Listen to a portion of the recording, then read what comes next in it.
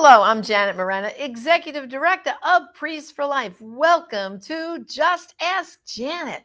And I'm so excited today because a dear friend of mine and Father Pavones is joining me today. Of course, you might have heard him a lot on EWTN radio, and he is just in love with the Lord and also out there helping us all get our spiritual act together.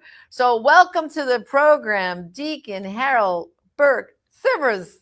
Deacon, welcome to the program. Thank you, Janet. It's great to be with you. I'm so thrilled to be here.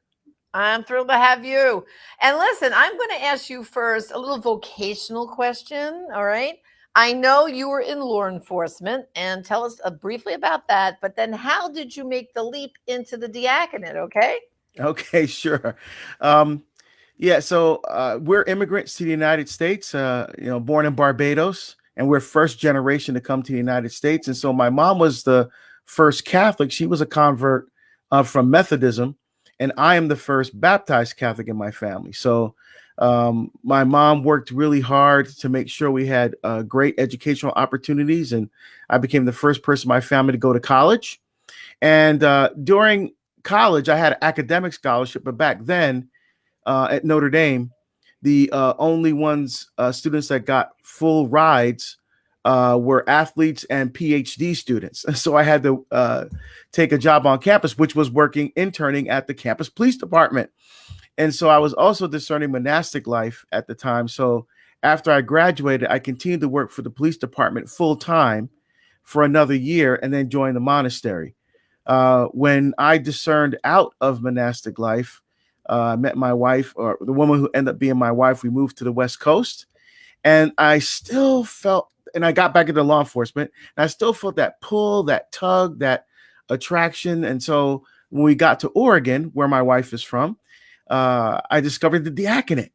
And so went through the process, was ordained 19 years ago, and I was working in law enforcement. I was now the chief at the University of Portland. So I was became chief in 2001, was ordained in 2002. And then as time went on, I felt that God was calling me for more. And so that's in 2012, I made the decision to leave my career and to speak and to write full time. Wow. Now, Deacon Harold, some people don't realize for a married man to pursue the diaconate, his wife is a very integral part of that process, that discernment.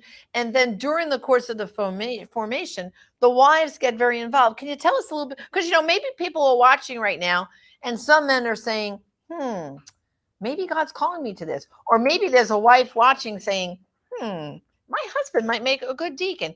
Can you tell us, how does that husband-wife thing journey work towards the ordination to diaconate? That is a great question, Janet. And you're right. The wives do have an integral part and in a very important say in all this as well. In many dioceses, there's a process. So there's something called the propedeutic year, which is a discernment year. Then after that year, that's when the actual formation starts. And then there's the minor orders, right? So there's lector, acolyte, and then call to candidacy, and then ordination. Every step along the way, the wife has to give her yes. And in our diocese, and I know in some others as well, it's a formal process. So before the man goes to the next step, the bishop actually wants to hear from the wife, yes, my husband can continue. If she doesn't give that yes, then boom, you're done. No questions asked, just like that.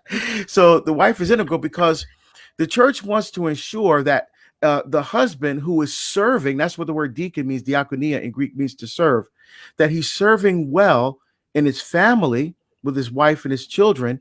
And God is, the church is discerning whether God is calling this man to use those servant gifts to now expand that to serve the entire church. And so a wife, because that sacrament, the two become one, right? In Genesis chapter 2, that's why it's integral and extremely important that they are one in this decision to move forward in the diaconate. Wow. And I'm sure your wife must, in the course of serving in the parish you serve in, she probably gets involved to a certain degree, doesn't she? Well, there's a spectrum to that as well. There's one end where the wife gives her support 100%. I'm behind you, I support you, but I'm not really interested in serving with you, right? That kind of a thing, because she's doing her own thing. And that's my case. My wife is a clinical therapist, has a full-time practice. And she's doing her own thing, but she's fully, completely supportive of the diaconal ministry that I exercise both in and outside of the parish. And then you have the other end of the spectrum where wives are doing, for example, marriage preparation with their husbands, or they're doing more ministerial type of assisting with their husbands, and then there's a whole bunch in between. So there is a wide spectrum of how wives participate. Although in that propedeutic year, that discernment year, the wives are intimately involved because they're discerning together, and the move forward to diaconal ministry. Yeah. Well, for any men or wives out there think your husbands are called, this is an opportunity. Start with your parish priest. Talk to him first, and then who knows? God might be calling you. Okay, so now, Deacon Harold, you said you were in law enforcement, and as we know, last year, boy, oh boy, did the boys in blue nationwide take a beating with the, the Black Lives Matter and defund the police mantra we were hearing. And, how did you feel about that, being you're a good cop and so many good cops? How can you respond to that? Well, not only that, Janet, people don't realize that I was also president of the Western Association of Campus Law Enforcement Administrators. I've had training at FLETC, the Federal Law Enforcement Training Center in Glencoe, Georgia, and also at Quantico at the FBI Academy.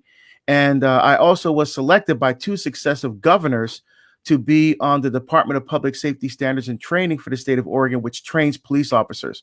So I am intimately involved in the training of police. And so when I saw the video of George Floyd, it made me sick. And I guarantee you, there is no police technique that is taught anywhere where you kneel on someone's neck for 9 minutes. That's ridiculous. I kept saying to myself, get off of him, get off of him. I was kind of yelling at the TV because it was horrific.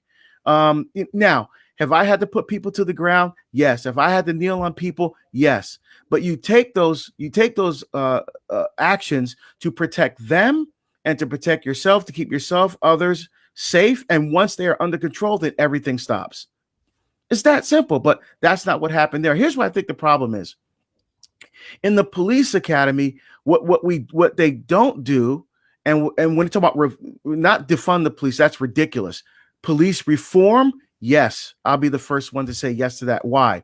Because the police academy does not do quite a good job of screening bias out of police officers. Yes, there's psychological tests and oral interviews and things like that, but those don't capture fully someone's bias, particularly toward or prejudice towards someone of another race.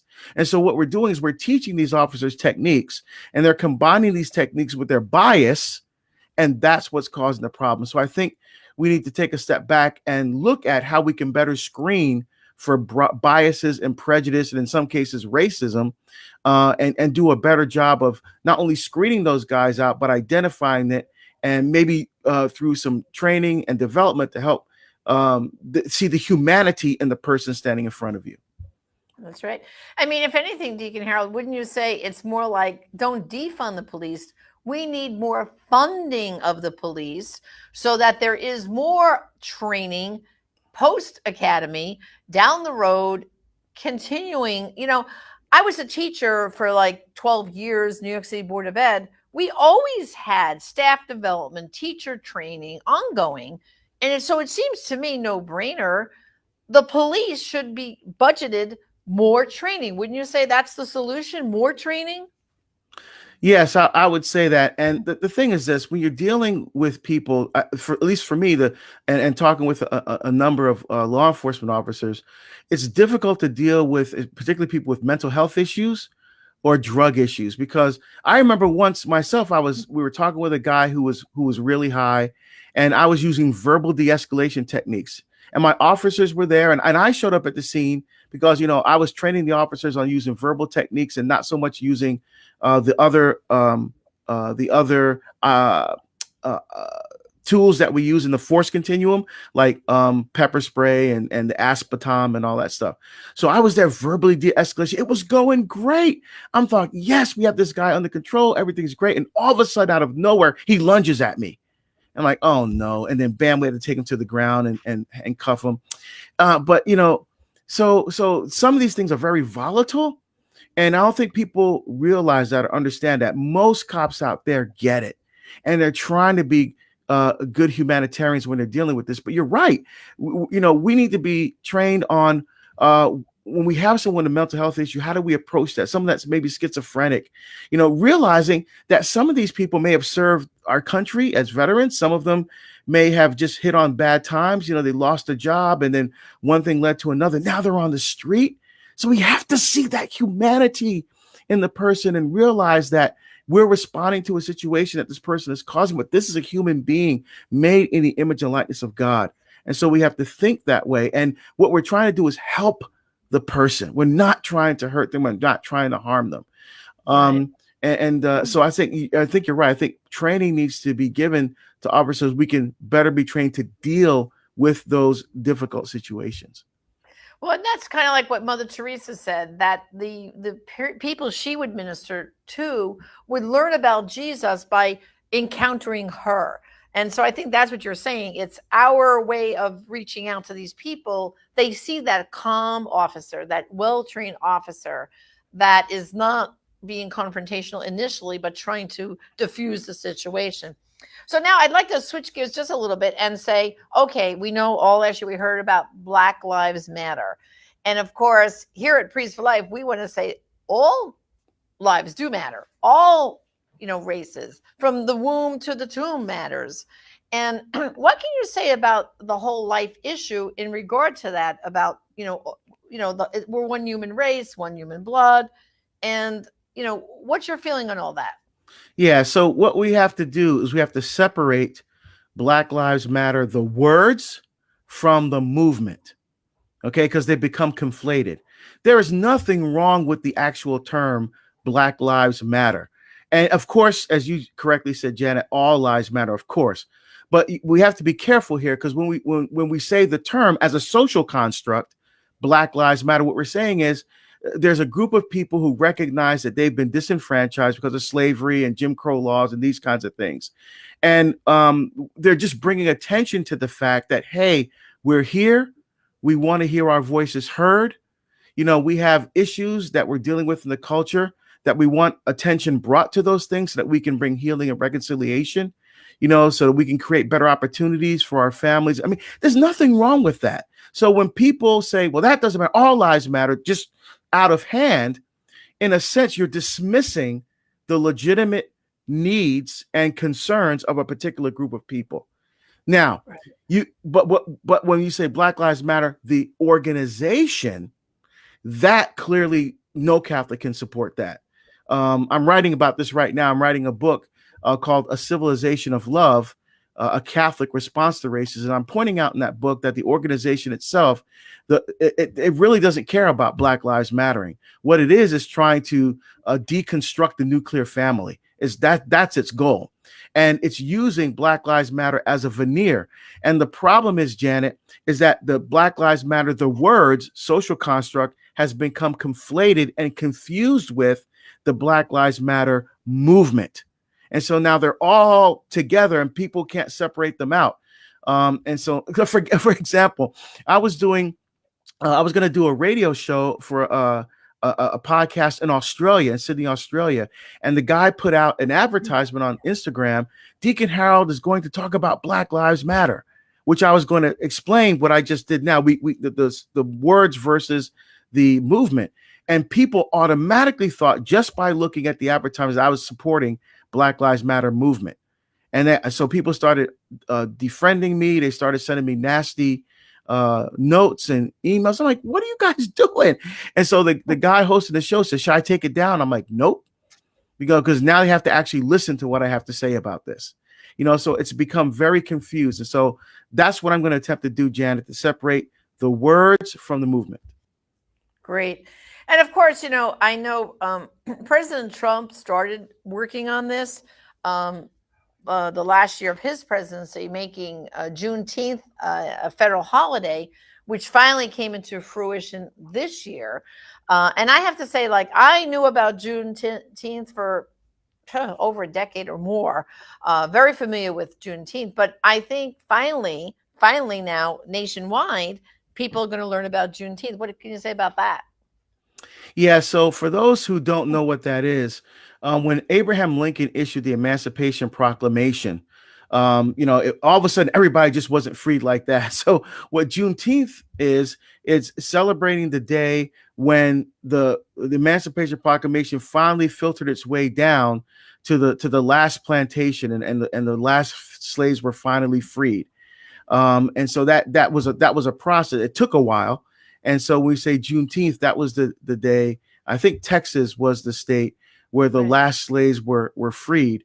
And so now we have always celebrated that in the Black community. But now, as you mentioned, through the efforts of former President Trump, it's now a national holiday. So that, and it's important to remember things like this, just like it's important to remember the Holocaust. We don't want to create the mistakes of the past, and so by remembering them and honoring the people who suffered through them, we try to create again, civilization of love in a society where we are making sure we see the dignity of the human person. That's why the work for Priests for Life is so incredibly important, that we see the dignity of every single human being and not repeat the mistakes of the past. And that's why that day is important. Right. And of course, we like to say, Deacon Harold, that abortion and the fight for the unborn is the civil rights movement of today. That the baby in the womb is kind of like a slave, right, to the mom. It's up to her whether that child will be born or aborted.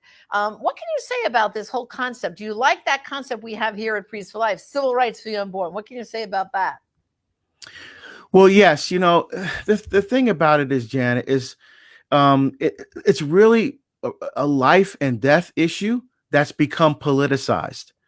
I mean, if we're talking about rights for people, and this is a country based on rights for all people, then it should include the most vulnerable of our population, the most vulnerable people, the people that can't speak for themselves, the people that can't help themselves. And so, and that would include, of course, the unborn and those in the womb. And so we live in a culture that tries to rationalize that away. For example, well, it's not really a person, it's a blob of tissue, really.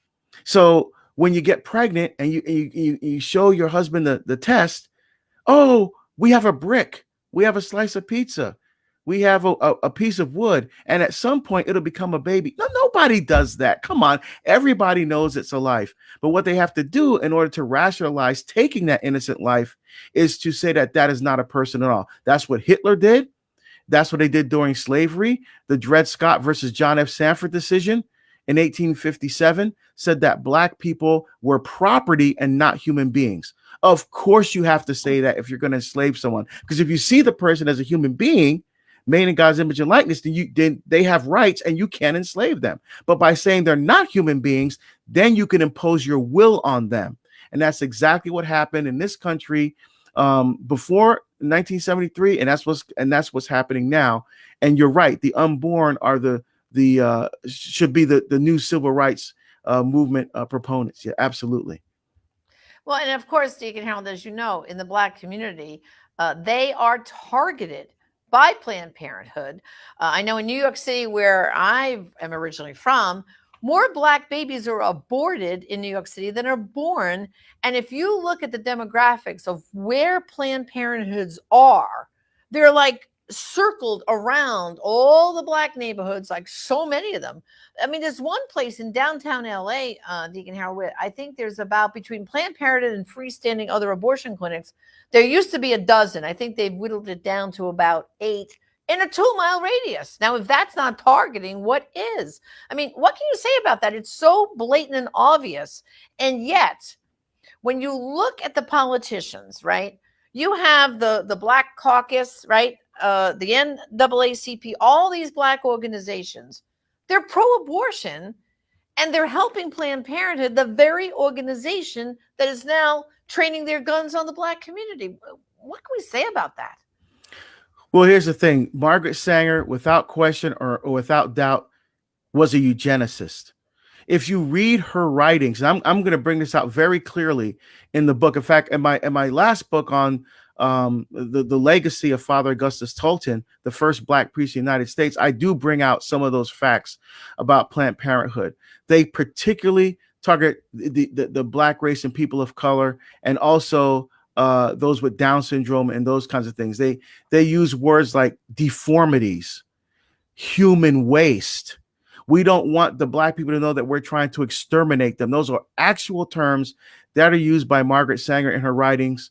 And in the book, I will show you explicitly page numbers, references. All of this is in the Library of Congress. You can look it up for yourself.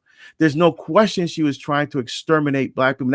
And Planned Parenthood is continuing that today. The problem is we have a lot of Black people who are still slaves. All these politicians are looking out for their own best interests and not looking out for the interests of Black families. If they really cared, they would, look at 70% of Black children born out of wedlock. What about rebuilding strong families, helping men to understand that this hit it and quit it mentality is not who we are, that we talk about. So we give ourselves African names, wear African clothes, but we don't have the African values. Remember, during the Obama administration, they tried to export contraception. They tried to export abortion. They tried to export all these things to the African countries. The African countries, said, not here. That's not who we are. And so if we're going to adopt these values, then we should be able to live those out and not politicize them. That's the problem. These are life and death issues that have tremendous import and impact on family life that have become politicized. And any person that supports that, especially from the Black community, and I say Black instead of African American because I'm from the Caribbean, and so technically I am not African American, and I want to speak for all people of Black people of color from different parts of the world that now live here in the United States. If you follow Planned Parenthood, if you adopt that mentality and adopt that philosophy, then you are still a slave. Wow, that's great. Well, Deacon Harold, too, I also know in your heart is a concept of pilgrimages. And a lot of people have been on pilgrimages, as you know, and you get on the bus and you go see this holy site, get back on the bus, off to the next holy site, back on the bus. But you've got a new vision for what a pilgrimage should look like. Give us your idea about these pilgrimages that you're going to start doing. Yes, thank you, Jen. As soon as we're able to do them again, Of course. yeah. What we're looking at was something called contemplative pilgrimages, and you're right. So often, and it's a beautiful experience when you go someplace, you see these amazing holy sites, places where our Lord walked, where the Blessed Virgin Mary appeared, where the great saints lived their lives and did their work in the Lord's vineyard, and oftentimes it's what we call the hamster wheel. Right, you just off the bus, take pictures, pray a little bit, on the bus, back to the next site. What we want to do is we want to slow that experience down, and we want people to really deepen their intimacy with the Lord during this experience.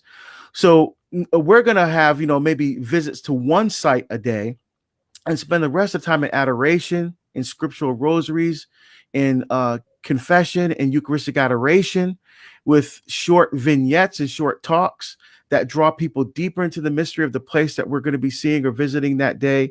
We're going to be also doing corporal works of mercy.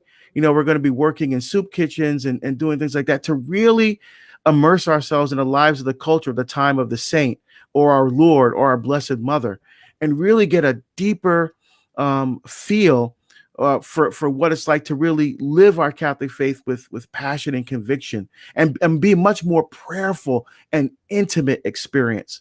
And so we've put out all together, but because of COVID, we really can't do the first contemplative pilgrimage until 2023, because we're still trying to reschedule the ones that were canceled for the past year and a half due to COVID. But I'm excited to roll that out. And of course, I'm excited too because I know you and I are going to be in discussion about a trip maybe in 2023 to the Holy Land, and maybe we'll do a semi contemplative. Okay, because I don't know, Deacon Harold, if I could be total contemplative, but everyone knows I'm all woo woo action. So maybe we'll do a semi contemplative because I really want to get back to the Holy Land. So I'm hoping and praying all this goes away. So just quickly, tell us how, if people want to get your books or sign up to say, hey, tell me more about the pilgrimages, where can they go to be involved with you and get your books and get involved? I made it really easy for everyone, just deaconharold.com. And if you scroll down that first page, you can access everything from my site from that first page. You'll see all my books. You'll see Power in My Hands, the movie I was in about the rosary. You can see the store page has all my CDs, DVDs, which are also downloadable, and also streaming service as well. So everything's at deaconharold.com.